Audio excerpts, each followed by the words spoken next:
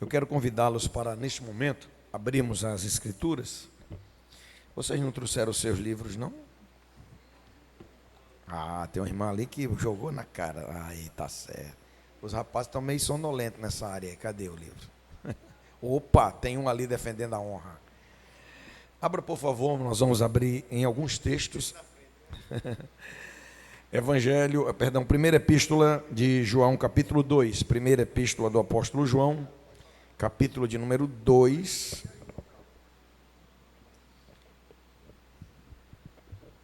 Versículos a partir do 14.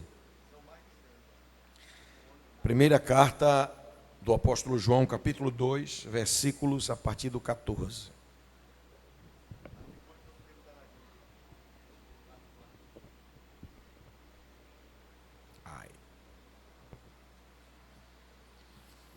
Quem achou, diga amém. Amém. Diz assim: eu vos escrevi paz, porque já conhecestes aquele que é desde o princípio. Eu vos escrevi jovens, porque sois fortes, e a palavra de Deus está em vós, e já vencestes o maligno. Não ameis o mundo, nem o que no mundo há. Se alguém ama o mundo, o amor do Pai não está nele. Porque tudo que há no mundo, a concupiscência da carne, a concupiscência dos olhos e a soberba da vida, não é do Pai, mas do mundo. E o mundo passa e a sua concupiscência, mas aquele que faz a vontade de Deus permanece para sempre. Vale um amém? Amém. Tudo bem, agora marque aí na sua Bíblia esse texto, coloque alguma coisa marcando. E vamos para a carta do apóstolo Paulo a Timóteo, primeira carta.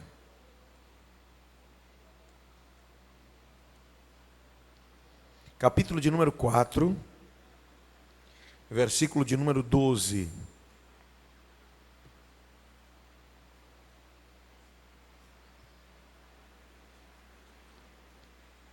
Vocês acharam? Amém. Ninguém despreze a tua mocidade, mas sê o exemplo dos fiéis na palavra, no trato, no amor, no espírito, na fé, na pureza. Persiste em ler, exortar e ensinar até que eu vá. Não despreze o dom que há em ti, o qual te foi dado por profecia, com a imposição das mãos do presbitério. Você diz amém? Pode tomar o seu assento. Amados, nós lemos, eu quero que você volte lá para a primeira epístola de João, tá? Por favor, dê uma olhadinha lá. Nós lemos hoje aqui em 2 textos, vamos tentar falar sobre eles e ir um pouco mais adiante. Nós temos aqui um livro para trabalhar sobre ele. Seria impossível observar todo o conteúdo deste livro em apenas uma manhã. Mas nós iremos trabalhar o cerne da questão e vamos, de forma generalizada, andar pelo livro, tá? Então, certamente você não vai ter que estar conferindo parte por parte, acompanhando leitura, porque nós vamos, em alguns lugares, passar um pouco mais por cima, outros mais lentamente, mas vamos tratar. Meus amados, nós lemos hoje aqui, na carta do apóstolo João, ele falando alguns grupos. A leitura que lemos fala sobre 2, mas ele fala sobre mais. E ele fala aqui sobre pais. Esses pais não são os seus pais, nem os pais de ninguém dali. Esses pais são aqueles que tiveram a experiência de conviver com Jesus, ou que tiveram a experiência de ter o ensino direto de Cristo, né? O mais recente dado por Jesus, o ensinamento. Por isso chama de pais. E diz aqui: eu vos escrevi paz, porque já conheceste aquele que é desde o princípio. E depois ele fala sobre eu vos escrevi jovens, e aqui ele está falando sobre a faixa etária realmente de jovens. Quando João escreveu esta carta, ele estava bem avançado em idade. Ele era um ancião nas proximidades dos 100 anos. E eu não sei se vocês já notaram, as pessoas quando chegam a uma idade mais avançada, o nível de tolerância é menor. E passam a se importar um pouco menos com algumas questões E se você fizer pergunta besta, vai ter resposta desaforada. Já notaram isso? E em determinada idade começa a relevar algumas coisas. Sim ou não? Releva mesmo, deixa de se importar. Quem quiser queira, quem não quiser saia da frente.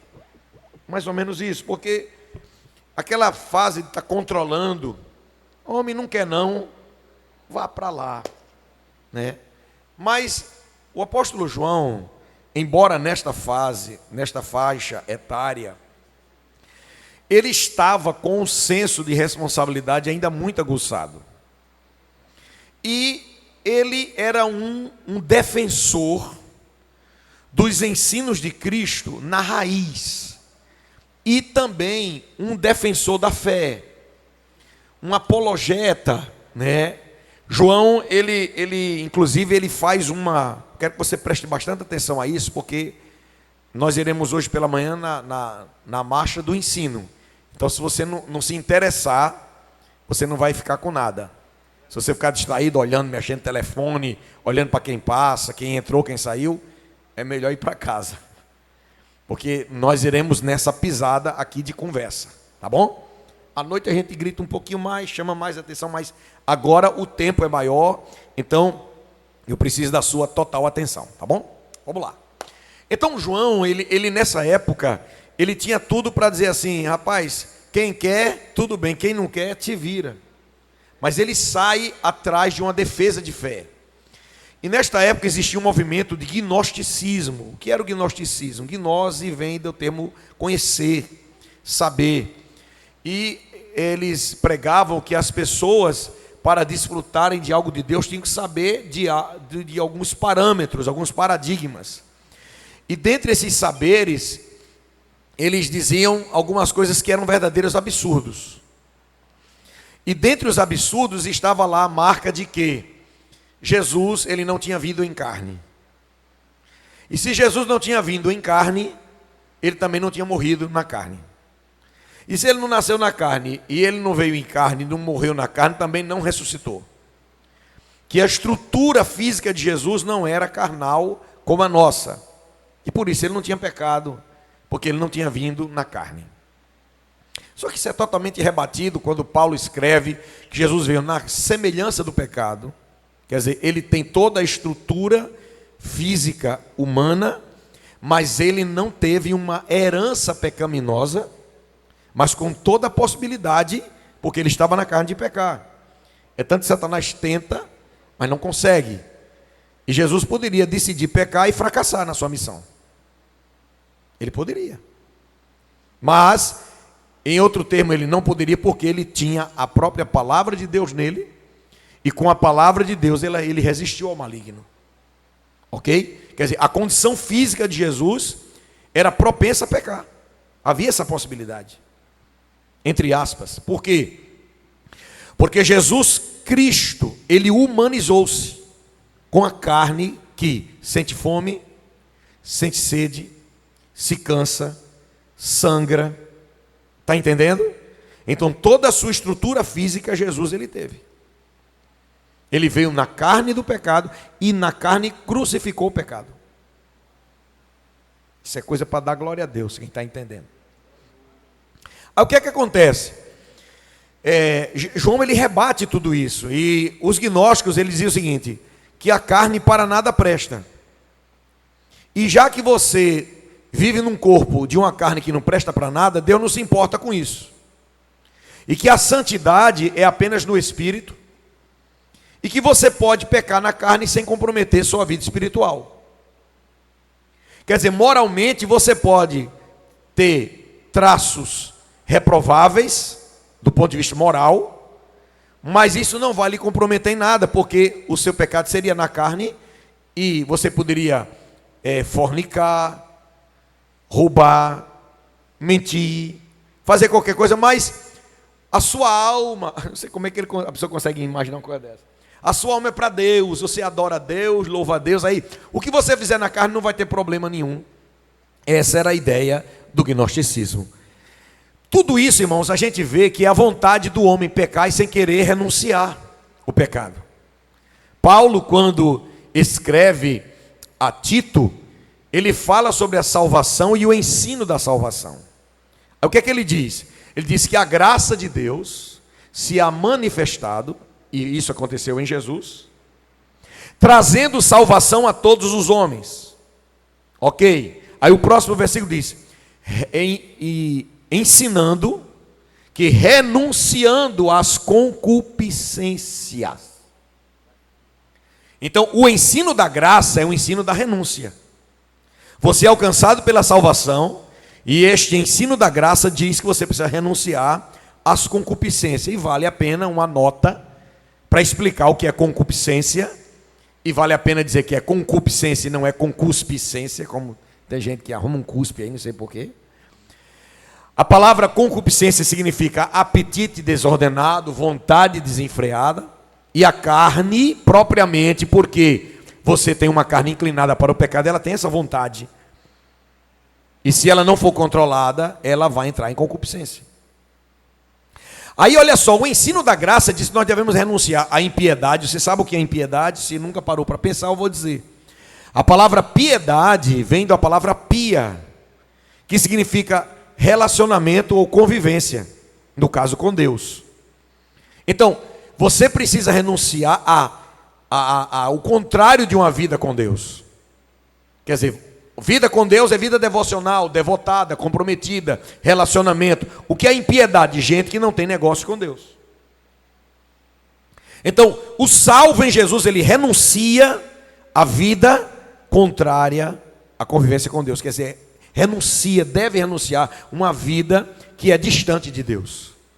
E o apóstolo Paulo vai falando sobre mais coisas das suas cartas, que agora João, ele resume, dizendo assim, olha jovens, vocês têm diante de si um drama que é repartido em 3 partes. Se você olhar para o texto, você verá agora, quando ele diz assim, que você não deve amar o mundo, nem o que no mundo há.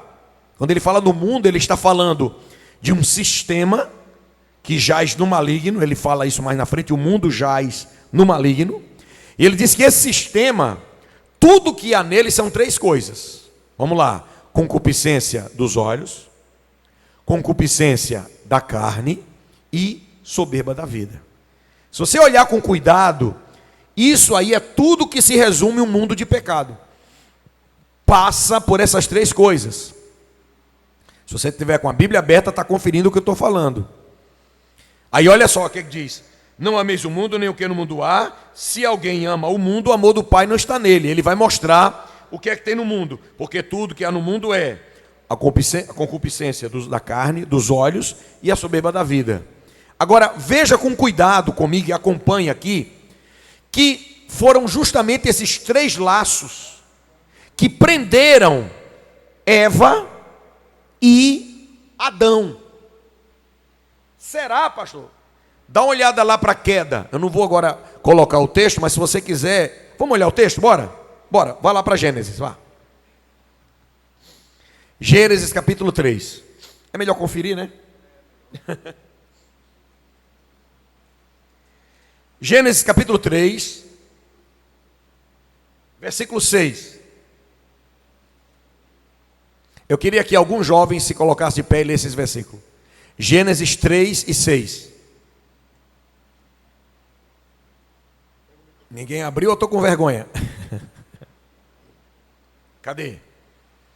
Olha, na idade de vocês, eu não dava 2 segundos para abrir esse texto e ficar em pé e dar um grito bem alto lendo. Apareceu uma moça corajosa. Versículo 6, 3, 6. Ponto, só um pouquinho, fique em pé. Ela era boa para se comer. Está parecendo o quê? Concupiscência da?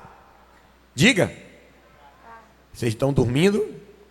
Bom dia, todo mundo acordar agora, amém. Concupiscência da carne. E o que é que vem agora, minha filha? E agradável aos olhos. Está parecendo o quê? Concupiscência do que agora? Dos olhos. E agora, o que é que vem? E árvore desejável para dar entendimento. Espera aí. Está parecendo o quê, hein? Camada querendo ser muito sabido, tomar conhecimento das coisas. Soberba da... Pronto. O que Satanás apresenta a Eva é uma proposta baseada nesses 3 laços. Provoca a vontade dela de comer, desenfreada. Opa, é bom para comer. Não, não, não, não. Ela é agradável aos olhos, me conquistou pela vista. Vai me dar entendimento para me tornar igual a Deus. O que é isso? Soberba da vida. E aí? E aí é o seguinte, que desde lá do Éden até a próxima investida do mesmo padrão de Satanás contra Jesus é a mesma coisa.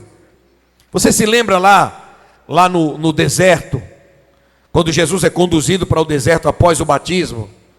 Satanás faz assim para Jesus: transforma essas pedras em pães e come. Jesus estava fazendo o quê? Jejuando, sim ou não? Quebra esse teu jejum, transforma a pedra em pão. Está parecendo com o quê? Com concupiscência de quê? Da carne. Dá uma olhada para esses reinos aí, ó. Olha tudo isso, vislumbra isso. Está parecendo com concupiscência de quê? Aí fala assim: se tu é filho de Deus e te orgulhas disso, te joga daqui. Quer dizer, ele provoca em Jesus então a soberba da vida. Ele vai lá e dá uma provocada para Jesus se orgulhar que é Deus e se precipitar. Nisso ele estaria tentando a Deus no seu orgulho. Veja lá, Satanás arma a armadilha para Eva, ela cai. E o pecado é consumado quando Adão consome do fruto. A Bíblia diz que os olhos dele se abriram depois que Adão consome. Eva faz igual no Facebook, ela curte e compartilha. Ok? Aí Adão curte. Não tinha mais com quem compartilhar, ficaram entre si mesmo. Aí a Bíblia diz: e abriram-se os seus olhos e começaram a perceber o que nunca tinham percebido. Caíram em pecado. Pecado é internalizado. Estão entendendo? O pecado é internalizado. Não é apenas um ato, agora se torna um estado. Eles passam a estar em pecado. Daquele estado de pecado se apodera dele uma queda, que o apóstolo Paulo compreende perfeitamente e diz assim: porque todos pecaram e, diga o resto, e destituídos. A palavra destituído significa no grego uma expressão que é: foram rebaixados. Houve uma queda de padrão. Eles foram colocados, deixados para trás. Um padrão foi abandonado. Olha lá, pecado instalado. Eles caíram de padrão. Houve uma alteração na estrutura deles. Agora o homem se tornou mortal, doentio, perdeu a comunhão, ficou instável na sua alma e foi condenado ao inferno. Inferno este que não havia sido criado para o homem, foi criado para o diabo e os seus anjos. Mas porque o homem aderiu ao pecado do diabo, adere também à condenação de Satanás. Agora, a partir de então, o homem não é pecador porque peca. E eu vou repetir essa frase. A partir de então, o homem não é pecador porque peca. Ele peca porque é pecador. Chega, pastor, que agora embaralhou a cabeça, não coube dentro do juízo. Vou colocar de novo para você entender. Quando Adão pecou, ele se tornou pecador porque pecou. Mas a partir dele, o homem não é mais pecador porque peca. Você não se tornou pecador no dia que pecou. Pelo contrário, você já nasceu pecador. De Adão em diante, o homem não é pecador porque peca. Ele peca porque é pecador. Ele já nasceu em pecado. A natureza foi internalizada do pecado. Aí ele transmite isso à humanidade. Então a pessoa já nasce com o pecado. Então essa concupiscência, ela já nasce com você. Na carne, nos olhos E essa vontade de ser grande, todo homem, todo ser humano tem vontade de ser orgulhoso. Ele é orgulhoso. Até o camarada que tem complexo de inferioridade, isso aí é um orgulho. Ele se sente oprimido. O complexo de inferioridade é um orgulho. E o complexo de superioridade, um orgulho também. Essa vontade de ser grande, essa vontade de ser maior, essa vontade de aparecer, essa vontade de ser visto, essa vontade de ser elogiado, essa vontade de se reafirmar, essa vontade de conquistar, isso é essa soberba dentro de você. E o pecado que você pratica é sempre uma rebelião contra Deus. Porque você desconsidera a palavra de Deus e faz aquilo que você quer. É o seu orgulho. Aí o apóstolo João, vamos voltar de novo lá para João, bora? Vamos lá? Capítulo 2, vamos voltar para lá. Ele diz: jovens, vocês são fortes. O que é que ele está falando de força? Ele está falando o seguinte, ele está se baseando numa fala de Salomão que diz que a beleza do ancião é o seu cabelo branco. Eu estou já virando um ancião já. E o ornamento dos jovens é a sua, diga, força. Ele está mostrando que todo jovem ele tem força. Talvez você não saiba, mas você está vivendo a fase da sua vida que você tem mais força. Não é à toa que os exércitos alistam para a batalha quem? Os jovens. Está entendendo? Então, João ele se apropria dessa ideia, ele vai e vai assim, agora vocês são fortes, ele agora está falando de outra força. E a palavra de Deus está em vós. E já vencestes o maligno. Ele está falando aqui do jovem convertido, do jovem que teve experiência com Deus, do jovem que recebeu a Jesus como seu Salvador, e que a partir de então a palavra de Deus mora nele, é conhecida por ele, praticada por ele, e assim ele vence o maligno. Deixa eu lhe falar uma coisa, Satanás tem uma vantagem enorme sobre nós, aliás, algumas vantagens. Quer ver uma? Ele não está preso pelo espaço. Não está. Não dá para fechar assim uma porta e dizer assim, ele não vai entrar aqui. Não dá. Segunda coisa, ele tem experiência demais. Deixa eu perguntar aqui a esse rapaz, quantos anos você tem? Se nessa época a gente pode dizer a idade nessa fase. Quantos anos tu tem? Está com vergonha de dizer, fala alto, pai. 17, gostei, agora bem temperado, 17. O seu vizinho tem quantos anos? 14. E o rapaz aí? 16? 15? 18. Muito bem. Tudo experiente, né? Todo mundo é muito experiente. Viveu quanto? Pouco tempo. Agora eu vou passar o banco. O senhor? 17. 44. Está mais experiente do que eles, não está? Tem alguém aqui com mais de 44 anos aqui em cima? Se entrega aí.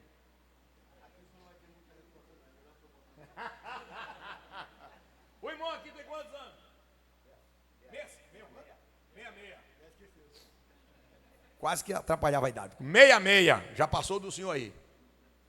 Gente, a pessoa talvez não... Tem alguém aqui com mais de 66 anos? A pessoa aqui no templo que tem mais vivência tem 66 anos. O que a pessoa com 66 anos pode ter vivenciado, é possível que quem tem 14, 15, 16, 17 ainda não tenha vivenciado. É assim ou não é? É ou não é? E quem já vivenciou assim 6 ou 5 mil anos de história da humanidade, você acha que tem alguma vantagem sobre você?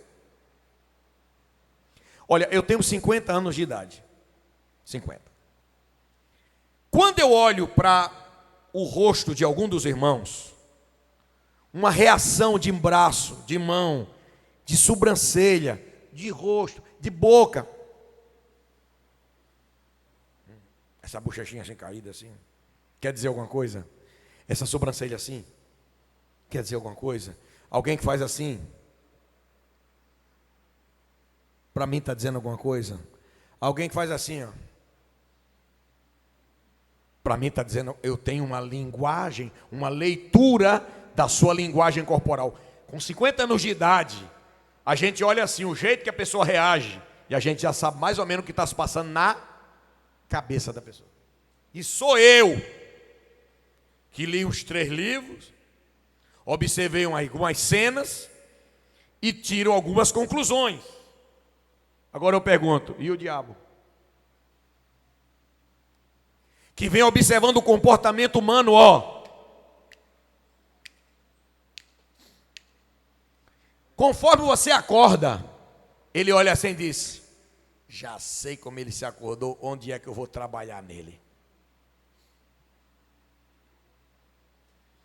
Pastor, o que é que o senhor está querendo dizer? Eu estou dizendo o seguinte, é que há uma vantagem enorme do diabo quanto relacionado ele a você.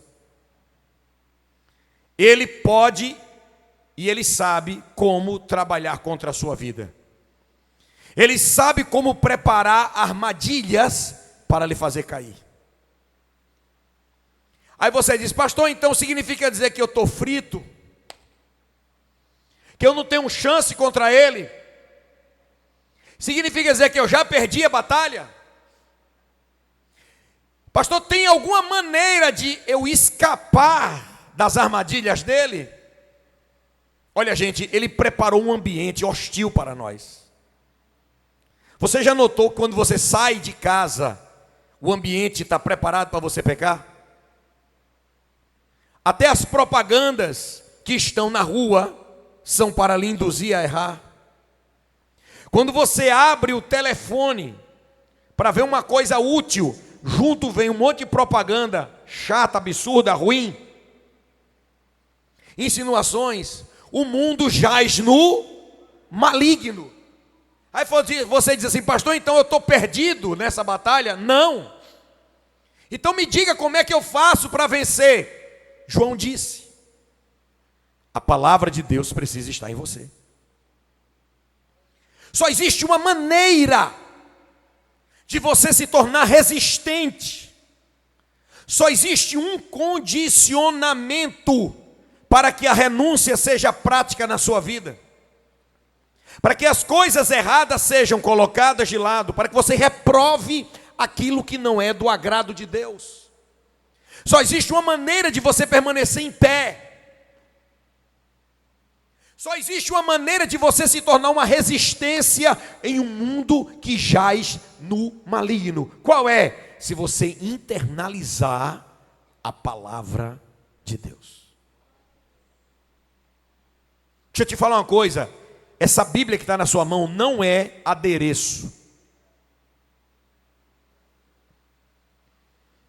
Isso não é para combinar, e pode, não tem problema, combinar com a sandália, o sapato, a camisa, porque tem gente que tem uma Bíblia para cada roupa que vai usar.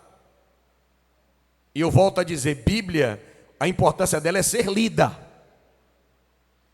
Você pode usar a Bíblia da cor que quiser, do tamanho que quiser. O importante é que sua Bíblia seja lida, compreendida, assimilada e praticada.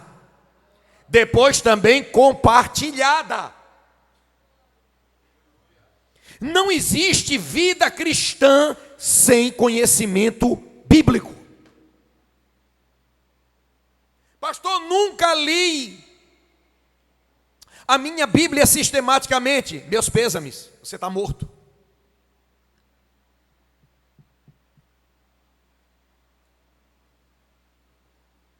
Eu vim aqui para lhe chocar hoje pela manhã. Eu vim hoje aqui para lhe dizer, meu irmão, ou você luta a partir de agora com as armas certas, ou você já perdeu e vai continuar fracassado. Eu pergunto, você quer continuar com os mesmos resultados que obteve até hoje? Continue do jeito que está. Você quer ter outros resultados na sua vida? Agarra-se com a Bíblia. Não dá para ser diferente. Deixa eu lhe falar uma coisa. Você nasceu na carne, sim ou não?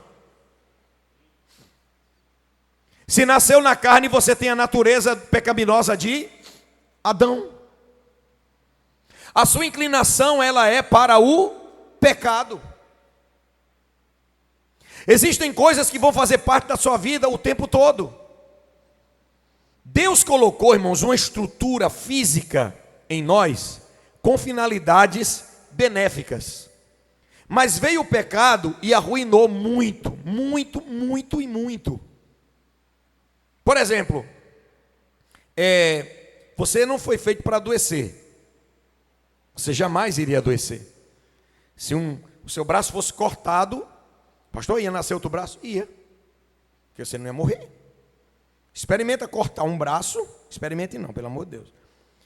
Você vai ver que você vai sangrar até morrer. Cortou aqui. Uma foiçada aqui. Acabou. Bastava uma cutilada aqui, debaixo dos axilas. Sangra até morrer. E se o homem não tivesse pecado, cortava, na mesma hora você regenerava, fechava o buraco. Não morria. Arrancava o braço, ia nascer outro, igual o rabo de lagartixa. Não ia dar nada. Só que existem estruturas que Deus criou para você, com outras finalidades. Por exemplo, a questão da sexualidade. Você acha que quem criou foi Deus ou o diabo? Hein? Fala, me responde. Aqui em cima já responderam, eu quero saber daí de baixo. Quem criou a sexualidade? Deus ou o diabo? Deus. Foi o diabo não, meu filho. E ele criou com finalidades boas. Reprodução, alegria, convivência, prazer. Mas o pecado entrou no meio e deturpou. Então o que Deus criou de estruturas nervosas em você, hormonais em você, foi para uma finalidade maravilhosa. Para no seu tempo as coisas acontecerem de forma satisfatória. Aí Satanás deturpou tudo através da ideia do pecado. E aí, pastor? E aí é que só existe uma maneira de você controlar essa situação, se você estiver cheio da palavra de Deus. E a palavra de Deus, ela mexe no seu entendimento, ela gera convicções. Nós passamos a vida inteira, todos os seres humanos, por conflitos e frustrações. Isso tudo pode ser superado pela palavra? Pode. Quer ver uma coisa? Na vida, nós vivemos de frustração desde o início. Você não se lembra, mas quando você estava na barriga da sua mãe, você estava lá muito confortável e achando que era a melhor coisa do mundo e não queria sair de lá de jeito nenhum, porque lá estava legal, não tinha claridade nem escuridão, tudo era um controle de claridade, não lhe incomodava em nada. Não tinha necessidade de procurar comida nem de mastigar, você se alimentava sem nem notar. Não tinha calor, frio, agonia de nada. E o ambiente era confortável. Daí a pouco começou a frustração, o ambiente ficou apertado.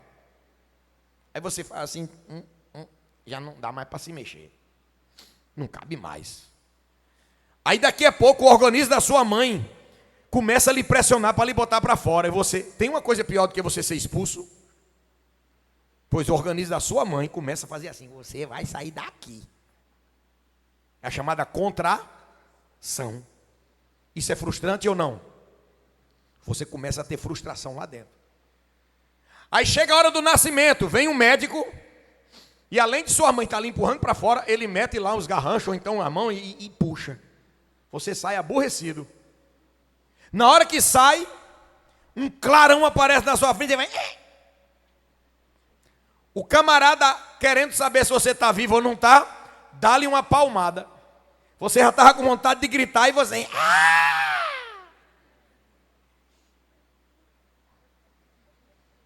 Aí ele corta o cordão umbilical, seus pulmões se abrem para receber o ar. O ar entra pela primeira vez nas suas narinas e vai até o pulmão como se estivesse rasgando tudo. Aí você pega a força. Frustração ou não? É ou não é? Você acha que isso é frustrante ou não? Porque você não se lembra, mas é. É porque não lhe contaram o desespero e o estardalhaço que você fez. Quase caía da mão do médico. Aí vai crescendo. Daí a pouco você sente que a barriga enche, mas ela precisa esvaziar. Aí quando ela tenta esvaziar, você sabe como é que você esvazia a barriga, né? Até hoje você não é a mesma coisa. Aí fica todo sujo e se incomoda. Aí faz xixi e se incomoda. E tudo é frustrante. Aí daqui a pouco começa a engatear, mas no engateamento leva uma queda, dá com a cabeça no chão. Rapaz, não é possível. Aí daqui a pouco aprende a andar, mas todo mundo que aprende a andar sofre queda. Quando se apruma andando, diz, opa, até que enfim me aprumei. Aí inventa de querer andar de bicicleta. Mais queda. Mais um pouquinho, ele não se importa com a aparência de nada. Mas daí a pouco ele passa no espelho. Você se lembra da época que você passou no espelho, que antes você andava com os cabelos assanhados? E a roupa do seu irmão ou da sua irmã era igual à sua e você não se importava, mas de uma hora para outra você começou a se incomodar de vestir uma roupa igual. E antes você via com os cabelos assanhados, mas uma vez passou de frente o espelho e disse, não, vou me arrumar. Aí começa a se achar bonito e importante. Alguém olha para você e diz, você é muito linda, você é muito bonito. Aí você começa a acreditar. Daí a pouco você se acha bonito, começa a achar alguém bonito e se interessa por se aproximar. Parece o tal do namoro, né? E quem foi que nunca levou um fora? Você está interessado em Beltrano e Beltrano diz assim, né? Você está interessado em fulana e fulano diz assim, sai fora. Gente, a vida da gente é cheia de frustração. Você acha legal um grupo de pessoas que quer se enfiar no meio, mas você é diferente. E por ser diferente, alguém lhe rejeita. Aí você começa a querer se parecer com aquele grupo para se introduzir no meio deles. Aí para você se introduzir no meio deles, você faz coisas absurdas e loucas. Fora do padrão e do que deveria ser, que os seus pais reprovam. Aí você sai do agrado dos pais para agradar a quem não deve. Daí a pouco começa a repreensão em casa, aí você entende assim, papai não gosta de mim, vive de me reclamar aquilo que eu estou fazendo. Aí lá vem um sentimento de rejeição, mais uma frustrar, ou é sentir essa rejeição dentro de casa, ou sente essa rejeição no meio da rua. Se correr o bicho pega, se ficar o bicho come. Frustração a vida inteira. Pastor, então como é que a gente se vê livre da frustração? Ninguém vai deixar de ser frustrado. Frustração é a vida toda. Você tem que aprender a superar. E considerar que você não tem razão de ficar oprimido porque algo deu errado, algo lhe reprovou. Você tem que descobrir a valorização daquilo que tem valor pela palavra de Deus e dar importância àquilo que tem importância. Amém? O mundo me rejeita, mas Jesus disse, rejeitou primeiro a mim. E se você andar na minha pisada, vai lhe rejeitar também. E isso não é coisa ruim, isso é um sinal bom. Amém. Frustrações e conflito. Conflito é todo dia. Conflito exige tomada de decisão. E as tomadas de decisões precisam ser avaliadas. Se uma pessoa não tem coragem de se posicionar, vai viver a vida arrependido. Os maiores arrependimentos não são das coisas que fazemos, mas das coisas que deixamos de fazer.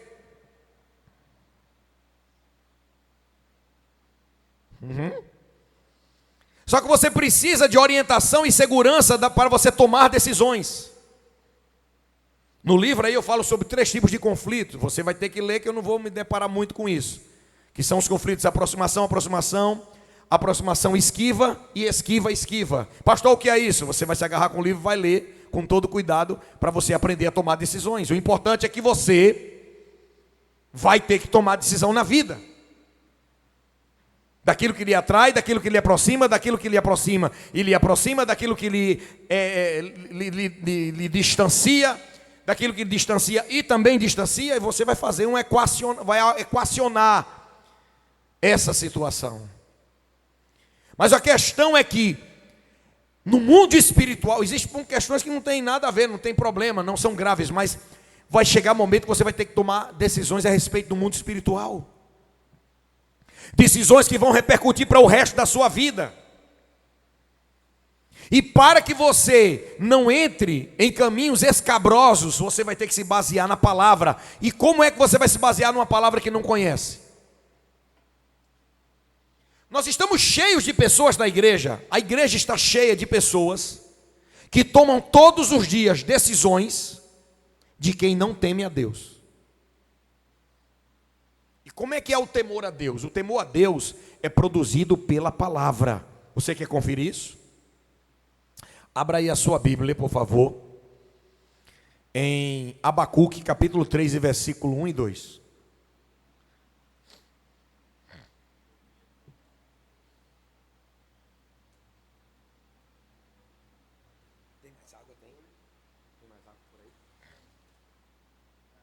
Abacuque 3, versículos 1 e 2, o que é que diz? Cadê o Wesley? Me ajuda? Vai, tu me deixa no vácuo? Não, vem pra cá, fala alto. Pega um microfone desse aí, pelo amor de Deus. Que os jovens estão procurando Abacuque no Novo Testamento. Não vai achar não, viu? Oi, som. Oi. Oi. Oração do profeta Abacuque sob a forma de canto. Ouvi, Senhor, a tua palavra e temi. Para aí. O que foi que ele ouviu? A palavra do Senhor. Vocês respondam. O que foi que ele ouviu? E o que houve depois? Temi. Pronto. O que é que produz temor? Diga. Ok? Agora você abre lá em Deuteronômio, capítulo 4.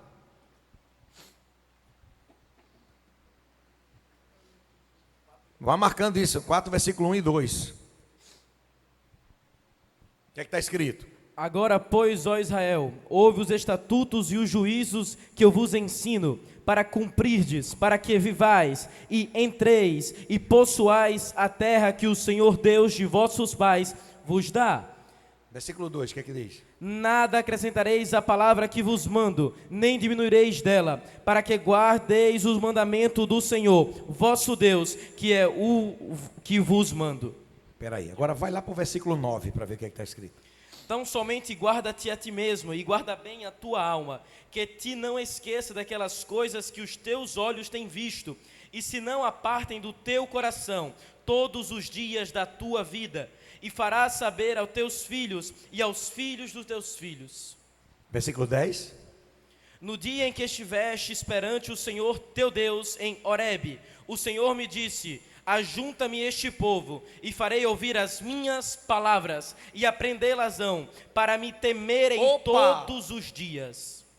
Ele está falando aí, ó, guarda estatuto, guarda os juízos, ouve, aprende, segura o conhecimento da palavra. Aí diz, ó, tenha experiência com Deus, com a sua palavra, para que vocês aprendam a temer. Todos os dias. Capítulo 6, versículos 1 e 2, de Deuteronômio. Vai, marca na tua Bíblia que ele já vai ler. Estes, pois, são os mandamentos, os estatutos e os juízos que mandou o Senhor vosso Deus, para se vos ensinar, para que os fizeis na terra que passais a possuir. Versículo 2. Para que temas ao Senhor teu Deus.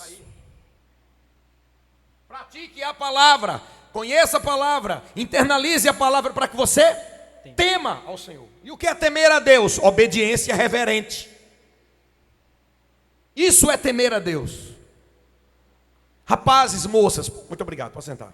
Rapazes, moças, entendam uma coisa de uma vez por todas. É necessário para você vencer ao diabo. É necessário para você vencer ao mundo. É necessário para você vencer a carne, o temor a Deus. E o temor a Deus é produzido pela sua palavra. Eu preguei ontem à noite, dizendo que Daniel foi fiel a Deus, sim ou não?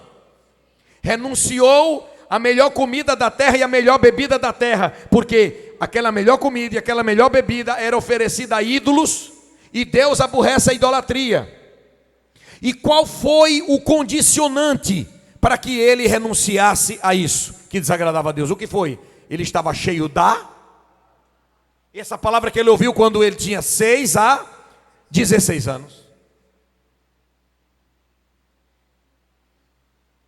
Eu não sei se você está convencido que é necessário conhecer a Bíblia. Eu não sei como é que você vai reorganizar a sua vida, mas você precisa ter um contato diário com a palavra, e que não seja uma leitura ruim. Pastor, como é que é uma leitura ruim? Vou lhe dizer. Pega aí a sua Bíblia, aí, pega aí. Aí faz assim, ó. Você quer, você quer lá. Amém. Isso é uma leitura ruim. Quer ver uma leitura que é improdutiva? Hoje, domingo, abri aqui. Amanhã, segunda, aí eu abri aqui. Aí, na terça-feira, eu li mais aqui. Isso é improdutivo. Você não está lendo qualquer coisa, você está lendo a palavra, você tem que entender. Você tem que ler uma sequência. Não estou falando que você tem que ler todos os capítulos, todos os livros em ordem, mas cada livro você tem que ler inteiro, para você entender aquilo ali. Leia o Novo Testamento todo, leia o Antigo Testamento todo, leia os profetas, leia cada livro da Bíblia, abra e leia, compreenda aquilo ali. Pastor, está difícil, não tenha preocupação não está compreendendo tudo agora, vai compreender depois, mas continue lendo e se esforçando. Se tiver dificuldade, procure um comentário para ajudar, mas não vá fazer leitura de comentário, leitura devocional de comentário. A leitura devocional é da palavra. Um comentário bíblico pode te elucidar algo. Procure versões, traduções e versões para facilitar a sua compreensão. Quem aqui do meio dos jovens já leu uma Bíblia chamada A Mensagem? Uma pessoa? Só uma? Meu Deus do céu.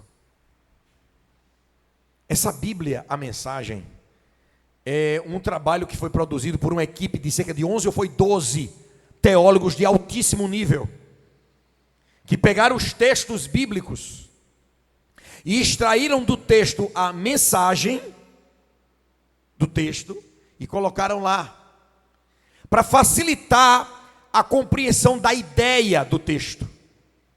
Ela não serve para você trabalhar a originalidade, a pregação a partir da etimologia, mas ela serve para você ler como devocional. Se você não tem uma Bíblia a Mensagem, procura uma nova tradução na linguagem de hoje. A NTLH, talvez uma NVI, Nova Versão Internacional. Como leitura devocional é bom. Por quê? Porque a revista corrigida, ela tem uma linguagem erudita. Tem gente que fica incomodado e não consegue coordenar bem a leitura para a compreensão da ideia, porque é uma linguagem rebuscada, erudita. Mas a atualizada já facilita. O que você não pode é viver a vida inteira sem ler a palavra. Sabe por que você não tem compartilhado a sua fé? Porque você não tem fundamentação nela. Muita gente não consegue compartilhar nada da fé, porque não tem fundamentação da palavra. E o prejuízo é enorme. Porque vem alguém de lá para cá cheio de ideia absurda, abestalhada, cada ideia abestalhada, e você de boca aberta engole tudo. Não tem autoridade para se contrapor a nada. Chega alguém lá na tua escola, um professor, um outro aluno, falando sobre evolucionismo, e diz que você é tolo porque acredita na criação. Se você conhecer a palavra como ela é, e o absurdo do evolucionismo, você vai dizer assim, rapaz, não é por nada não, mas quem é mesmo tolo é você acreditar que uma explosão criou coisas tão coordenadas, planejadas e elaboradas. É como acreditar que um caminhão de farinha de trigo teve uma colisão com um caminhão de ovos, e na hora também tinha um carroceiro levando um monte de manteiga. Se envolveu todo mundo naquela briga, lá daquela confusão, naquela colisão. E do outro lado apareceu um bocado de bolo. Hein? Quando é que uma explosão que envolve ferro, areia, pedra e coisa parecida vai dar uma construção dessa? Quando? Nunca. Isso aqui tem que ser planejado, dosado, coordenado, planejado para sair isso aqui. Agora, um prédio desse só sai se tiver toda essa organização. Aí uma batida vai criar um mundo coordenado, perfeito, milimetricamente calculado, com informações precisas e dentro de um padrão, que o mundo tem padrão. Aí vai ser de uma explosão. Peraí, o camarada precisa ter muito mais fé para ser evolucionista do que para ser criacionista. O evolucionismo é uma religião tola. Mas você está sendo engodado em sala de aula por conta de 3 abobalhados e 4 que falam como que tiver segurança, numa entonação de convencimento, e você diz, rapaz, eu prefiro acreditar nesse meu professor do que naquele meu pastor que não sabe falar com segurança. Porque tem pessoas que usam o púlpito sem segurança nenhuma e transmite para o povo insegurança. E você fica acreditando mais no professor tolo, que não tem jeito nem para a vida dele. Vai acreditar em Max, que foi um fracassado. Fracassado em todas as áreas. Financeiramente, psicologicamente, emocionalmente. Um aproveitador da vida alheia. Familiar, do ponto de vista familiar, é um fracasso ao extremo. O que é que esse infeliz tem para me ensinar? Sobre sociedade, nada, ele não tem nada para me ensinar. Nunca construiu nada, miserável. Miserável em todos os sentidos. O que é que ele tem para me ensinar? Aí o camarada que é marxista vai querer valorizar quem não presta? Não, meu irmão. Quem presta é papai e mamãe. Que deu um duro pesado, que trabalha, porta os ordena a casa, a gente, distribui as funções e nós estamos bem. Não esse miserável aí atrapalhado, barbudo, ainda mais sujo, precisava de um banho e de um cabeleireiro para arrumar aquela barba e aquele cabelo dele. Está entendendo? Mas você não tem segurança nem argumento para nada. Por quê? Porque não está baseado na palavra da verdade. Porque gasta mais tempo com coisas não edificantes do que com a palavra. Já são 6:11. Eu posso ir até aqui a hora, hein, pastor? 3 da tarde? Tem a pena dos bichinhos que estão com fome. Deixa eu te falar uma coisa. Vocês estão agora observando que a palavra que é o diferencial de tudo? Agora nós vamos tomar um exemplo de um jovem. Ontem à noite eu falei do capítulo 2, agora eu acabei de dissecar o capítulo 1. E já entrei lá para o final da conclusão, tudo eu estou apanhando. Mas agora eu quero entrar no 3, que é o exemplo de Timóteo. Timóteo, irmãos, quem foi Timóteo? Vamos dar uma olhadinha em Timóteo para a gente ver se tudo isso não se aplica à vida dele. Vamos lá? Timóteo, vou fazer um levantamento dele. Um rapaz que quando tinha por volta dos seus 12 anos de idade, ouviu o evangelho através do apóstolo Paulo. Uns 6 a 8 anos depois, uns 6 anos depois aproximadamente, ele teve um novo encontro com Paulo. Ele já estava destacado como gente que queria pregar o evangelho. Já estava interessado no compartilhamento da fé. Acompanha Paulo em uma viagem, começa a participar das coisas do reino de Deus e da obra evangelística e missionária. E uns 12, 13 anos depois, Timóteo já estava pastoreando uma igreja na cidade de Éfeso. Foi o primeiro bispo de Éfeso. Aí, Paulo enxerga nesse moço algumas coisas que eu gostaria que houvesse em nós. Ele vê em Timóteo, Paulo vê em Timóteo algumas coisas que seria importantíssimo que nós levássemos em conta.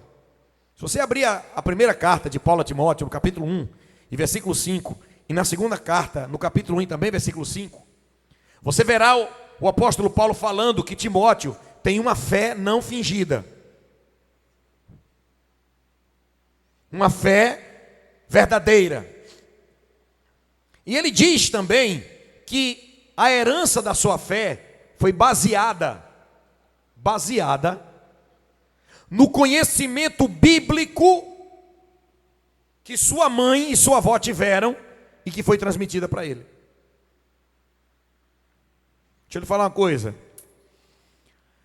Elas eram judias, conhecedoras da palavra, a sua mãe e a sua avó. Elas eram mulheres piedosas, mulheres que estavam na esperança da vinda do Messias, como judias conhecedoras da palavra e das profecias. E quando Paulo pregou para elas, elas de bom grado receberam a palavra e creram que Jesus era o Cristo esperado por elas. Está entendendo? Só que esse conhecimento que Lloyd e Eunice tinham da palavra foi repassado dentro de casa para o irmão, o jovem Timóteo. Quando Timóteo se converte juntamente com sua mãe e sua avó, ele começa a engrenar na fé. Ele continua o desenvolvimento da fé em Deus e recebe os ensinamentos do apóstolo Paulo. E os ensinos de Paulo ele internaliza. Quando ele internaliza os ensinamentos de Paulo, ele passa a pregar o evangelho e fazer a obra de Deus no mesmo padrão do apóstolo Paulo. Só que ele era um jovem. Ele era o quê? Um jovem. Aí Paulo escreve, nós lemos hoje assim: ninguém despreze a tua mocidade. O que é que ele está dizendo? Não aceite ser tido como inferior pelo fato de você ser jovem. Não aceite ser tratado como inferior porque você tem pouca idade. Não se incomode pelo fato de você ter pouca idade, porque isso não é o diferencial para a sua vida. Você precisa agora, como jovem, Timóteo, ser referência,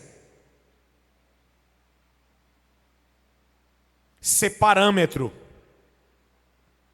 ser padrão, ser modelo. Deixa eu falar uma coisa para vocês. Está vendo esses copos aqui, ó?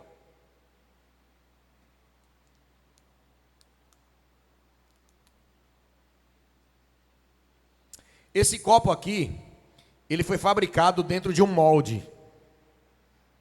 O mesmo molde que fabricou esse. Eles são padrão, ó. Foi tão forte que caiu até a vassoura. Está entendendo? Olhe para cá de novo. Um padrão foi utilizado para a fabricação de outros.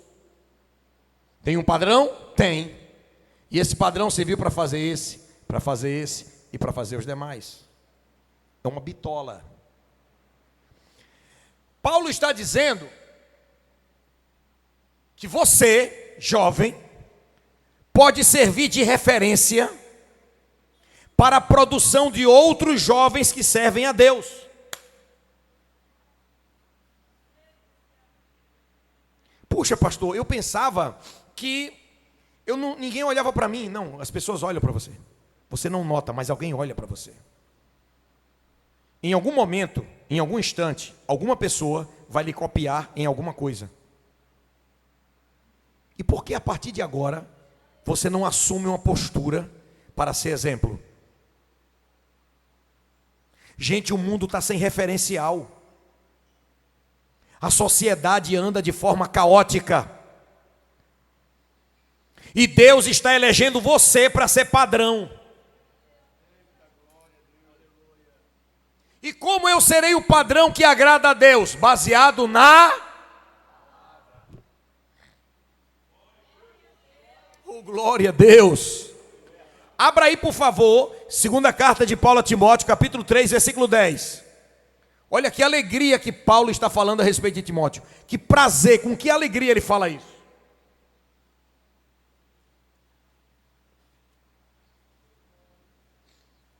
Eu quero que um rapaz agora leia, porque as moças já leram, o Wesley já leu, agora eu vou dar uma folga aqui para ele, já leu. Agora um rapaz aí. Vamos perder para essas meninas não, deixa de ser mole, pelo amor de Deus. Eu quero ver um rapaz lendo, vá lá. 2 Timóteo 3,10, o que é que está escrito?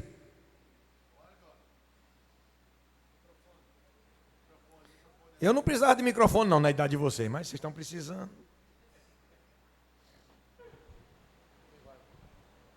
O negócio está muito diferente, não está não? Acorda, meninada, vamos lá. O que é que está escrito aí, meu filho? Tu, porém, tens seguido a minha doutrina, modo de viver, intenção, fé, longanimidade, amor, paciência. Aí tem um próximo versículo. Perseguições e aflições tais quais me aconteceram em Antioquia, e Icônio e Listra, quantas perseguições sofri, e o Senhor de todas me livrou. Olhe para mim. O texto diz assim, quais são as duas primeiras palavras? Diga lá aí. Tu, porém, Tu, porém, as duas primeiras, vamos lá. Diga de novo. Tu, porém. Tu, porém. Olhe para mim. Quando é que a gente usa um porém? Quando é que a gente usa? Isso é o quê? Na língua portuguesa, bem facinho. O que é? Conjunção, aditiva, adversativa. Sim ou não? Para que serve? Vai ser reprovado no Enem. Para se contrapor a um raciocínio. Por exemplo, seu professor diz assim, rapaz, seu trabalho foi muito bem organizado, porém, você dizia, azedou tudo. Ele está prestando? Não. Rapaz, você vestiu essa roupa, até caiu bem em você, porém, a menina olha para você e fala assim, você é gente boa, porém, você levei um fora. O porém é uma conjunção adversativa. Paulo estava falando sobre um comportamento reprovável de pessoas que serviam a Deus de forma equivocada, pessoas reprovadas. Aí ele fala assim, porém, quer dizer, você é de fé, você diferentemente se comporta assim. Vai lá, o que é que diz agora, depois do tu porém? 1, 2, 3 e... Tem seguido a minha doutrina. Parou um pouquinho. Tem seguido a minha doutrina. O que é doutrina? Ensinamento. E depois? Modo de viver. Conduta. Depois? Intenção. Espera aí. Motivações. Estão acompanhando? Ô Timóteo, essa raça de gente está reprovada. Você, porém, tem seguido, tem perseguido, tem seguido, você tem praticado um padrão, o meu padrão, que é seguindo a Jesus. Ele já disse isso em outra ocasião. Aí o meu padrão o quê? Na doutrina, no ensino, na conduta, nas motivações e as suas intenções. Quer dizer, o que você faz, você está fazendo pela mesma intenção, o mesmo motivo que eu. Próximo. Depois de intenções. Fé. Fé, você sabe que fé é essa aí? Fidelidade. Você tem tem vivido comprometidamente com fidelidade. Próximo. Longanimidade. Você permanece, isto é, ânimo alongado, você continua animado, ânimo alongado. O que é que vem? Amor. Amor é a referência maior do cristianismo. O amor que ele deseja o bem, o amor que cuida, o amor que pratica o bem. E agora? Paciência. Paciência, isto é, tolerante, resiliência. Diga. Perseguições. Aí você tem sofrido, ó, você não abre mão quando é perseguido. E o tema de vocês, o tema que vocês escolheram, sobre renúncia, isso aí vem depois que Jesus falou algo que deve ser considerado. Esse texto, quando for lido, ele não pode ser lido daí para frente, ele tem que ser lido antes dele, para poder ler isso aí e ler depois. Por quê? Dá uma sentadinha, meu filho, não fecha a Bíblia não, tá? Para não lhe cansar. O que é que Jesus falou quando ele disse: se alguém quiser vir após mim, negue-se a si mesmo, tome sua cruz e siga-me? O que é que ele estava falando? Ele estava falando, sabe o quê? Sobre morte. Ele estava falando o seguinte: olha, eu sou o Cristo, sobre esta pedra eu edificarei a minha igreja, e as portas diga, do inferno não prevalecerão contra ela. A palavra ali, inferno, é sepultura. Ele está dizendo assim, ó: mesmo que matem a mim, não acaba. E a igreja que eu edificar pode assassinar os crentes, mas isso não acaba. As portas da morte não prevalecerão contra a igreja. Inferno aí é morte. Está entendendo? Aí naquele exato momento, tem um momento lá que aí Pedro fala assim, ele fala sobre morte, né? E Pedro diz assim: mas não diga uma coisa dessa, você não está compreendendo ainda, Pedro. Eu vou ser morto. Ele diz: não tinha uma coisa dessa do Senhor, eu vou ser morto, para trás de mim, você ainda não entendeu as coisas de Deus. Aí em seguida ele vai e fala assim: se alguém quiser vir após mim, se alguém quiser me servir, se alguém quiser andar no meu caminho, negue-se a si mesmo, quer dizer, abra mão dos seus interesses pessoais. Tome a sua cruz, isto é, esteja disposto a morrer. E assim pode me seguir. Aí eu pergunto a você: você tem desistido das coisas espirituais e das coisas de Deus por qualquer coisa? Que dirá pela morte? Você anda pecando na primeira tentação que o diabo faz. Você abre mão da sua fidelidade na primeira proposta diabólica. Você não foi nem ameaçado de morte, que dirá preso para ser morto, e já traiu Jesus?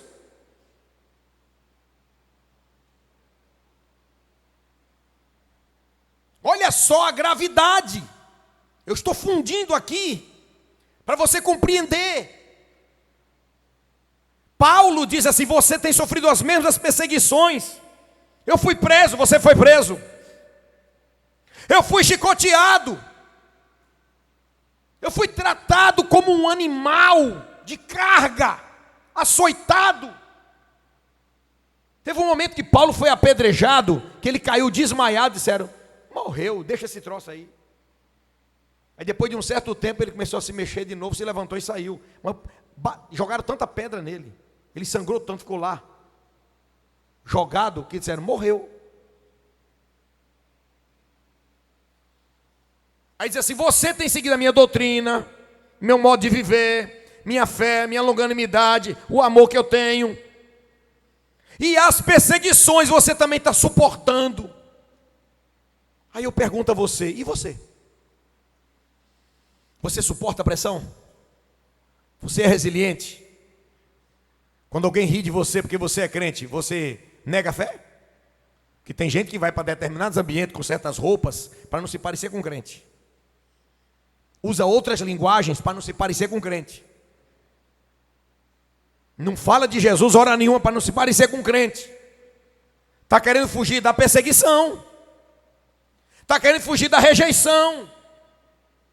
Pois eu quero lhe dizer, meu irmão, que você tem que aprender a palavra de Deus, se encher da palavra de Deus para poder ter a autoridade de segurar. Perguntaram para mim quando jovem: rapaz, tu é crente, é? Eu sou. Mas tu não é daquelas igrejas que faz muito barulho, não. Eu sou o que mais faço barulho lá. Queria me ridicularizar na frente dos outros. Tu não é daquelas igrejas que faz muito barulho. Eu sou o que mais faz barulho. Meu apelido lá é Aleluia, por causa do tamanho do meu grito de aleluia. Joga para cima de mim para ver. Teve um professor meu de biologia que falou assim: mas tu não acredita que o primeiro homem foi Adão e Eva. Eu digo, foi bem você?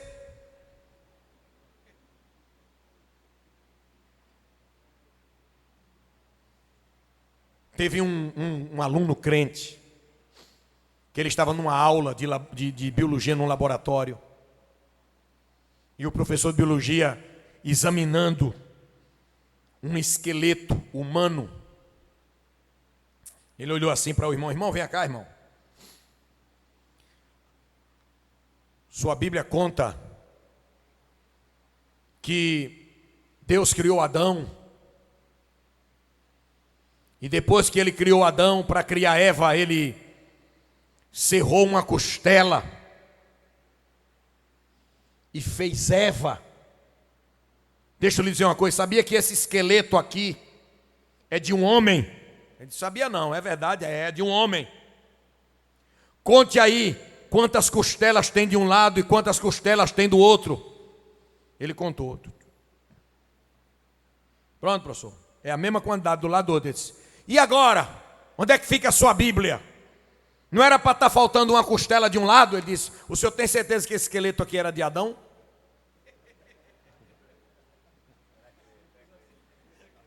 Aleluia. Professor, bota uma coisa na sua cabeça. A costela que foi serrada, que foi tirada lá, foi a de Adão. Os outros homens não nasceram com as costelas igualzinhas. Aí o professor, tem jeito para crente? Não. Não tenha medo, meu irmão, você tem a resposta de Deus. Aleluia, glória a Deus. Estudos de astronomia, e lá vai. O professor exigiu dos alunos, eu quero que vocês... Aí surgiu o grupo de crente, rapaz. Sabe que em sala de aula os crentes se juntam, né, para fazer o grupo? Vocês aqui vão fazer uma maquete da Via Láctea, desses planetas que nós conhecemos. Façam aqui o mais aproximado possível. Aí botaram uma sala do tamanho desse templo aqui. Aí os alunos prepararam, tiraram as medidas, fizeram as proporções, não sei o quê, botaram o Sol, botaram a Terra, a Lua, aí botaram os planetas, lá se vai Marte, Vênus, Júpiter, Saturno, Urano, Netuno, Plutão, tudo distribuído. Aí fizeram lá uma proporção mais aproximada possível. Quando o professor chegou, olhou assim, que coisa linda, está muito lindo. Como é que foi que vocês conseguiram fazer isso? Aí o crente mais atrevido disse, o senhor não sabe não? A gente pegou, aí disse lá quais eram os elementos químicos. Quando riscou lá, deu uma explosão, apareceu isso aqui.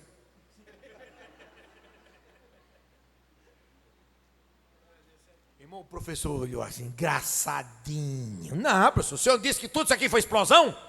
Professor, um negócio desse não sai com explosão. Que dirá o mundo de verdade, que é muito mais perfeito tudo isso que a gente fez aqui, professor? O professor ficou assim, a boca aberta. Deixa eu te falar, irmão, se encha da palavra de Deus. Oh, glória a Deus. Deus quer você como referência. Deus quer você como modelo de uma moça santa.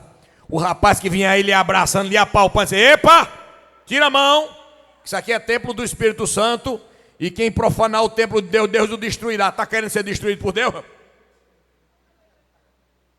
Amém? A moça que vem de lá para cá, parece uma forrageira, olha para a cara dela e assim, alto lá, você não é homem não? Sou, e eu sou homem de Deus mais. E é por isso mesmo que você se controle aí, que se você tem alguma coisa comigo para o futuro, vamos se preservar. O vaso tem que ser conservado em santificação e honra, para a glória de Deus. Oh, maravilha. E nós vamos começar a terminar. Abra lá em Romanos, capítulo de número 12.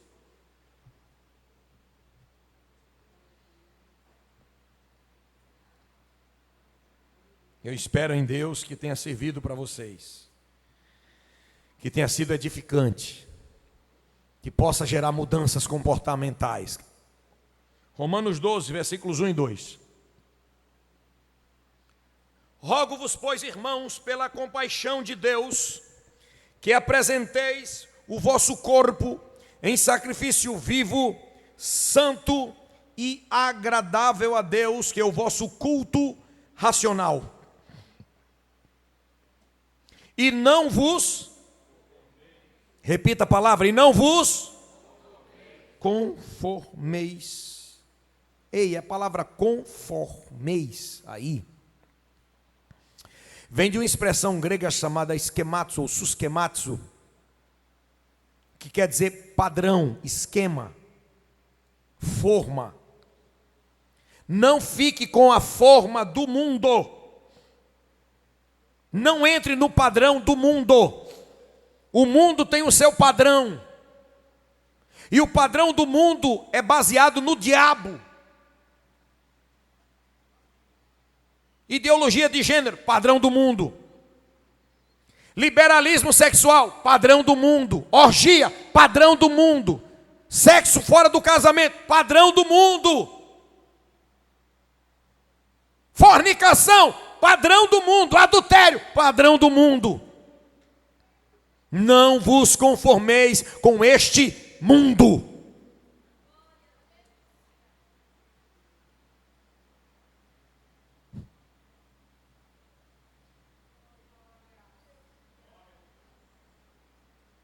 Mas transformai-vos pela renovação do vosso entendimento. A palavra transformai-vos aí, a palavra chamada metamorfo, de onde vem a palavra metamorfose, transformação. E diz aqui, transformai-vos pela renovação do vosso entendimento. Quer dizer, algo na sua mente tem que ser mudada. E quem é que pode mudar essas estruturas na sua mente? A palavra. A palavra, ela forma caráter. A palavra, ela transforma o caráter. A palavra molda o caráter. Você que vem para uma reunião dessa e fica aí só perturbando o outro, conversando. Eu já estou vendo que você não lê a Bíblia.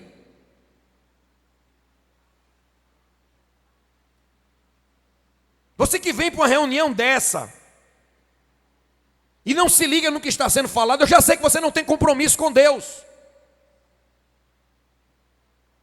Isso não lhe envergonha? Você vai levar a vida inteira na brincadeira?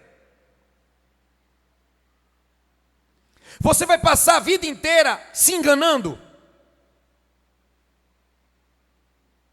Deus hoje lhe trouxe aqui para fazer uma mudança em você. Transformá-lo pela renovação do entendimento. Mas se seu entendimento não se abre para a palavra, você ficará infrutífero.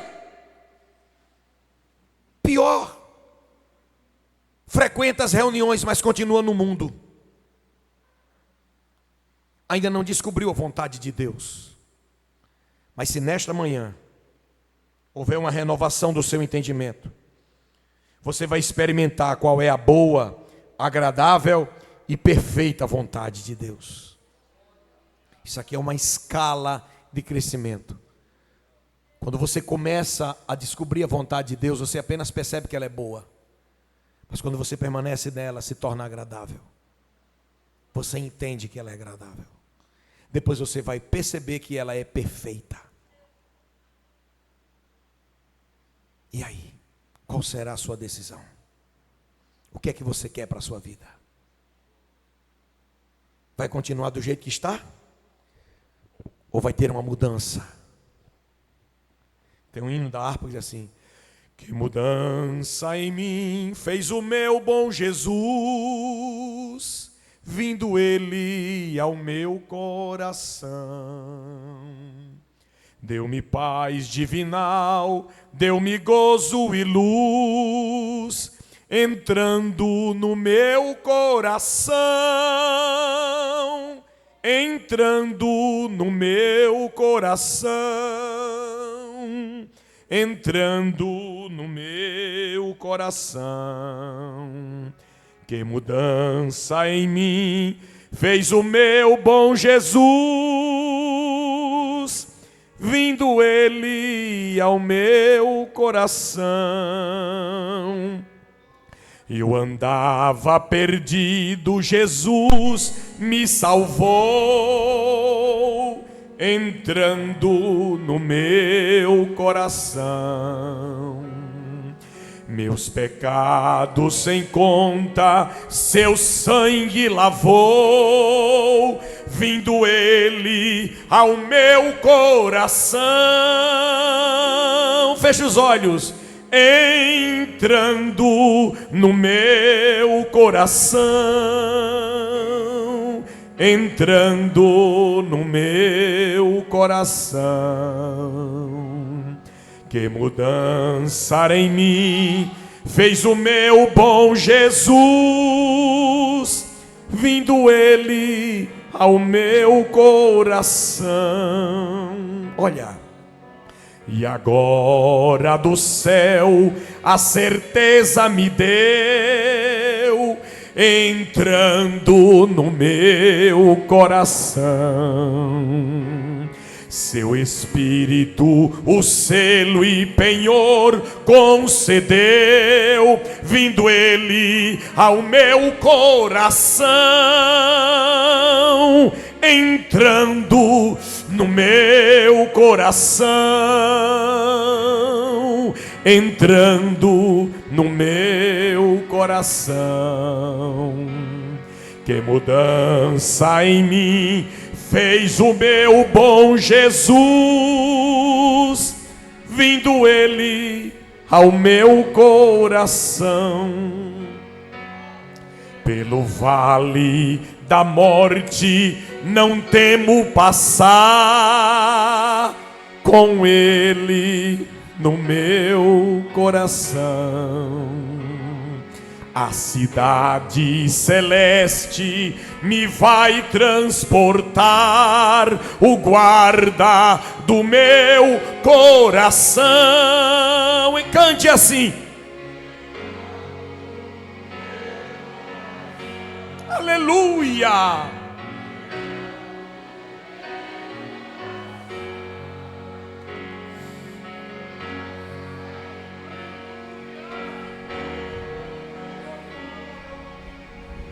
Vindo ele ao meu coração.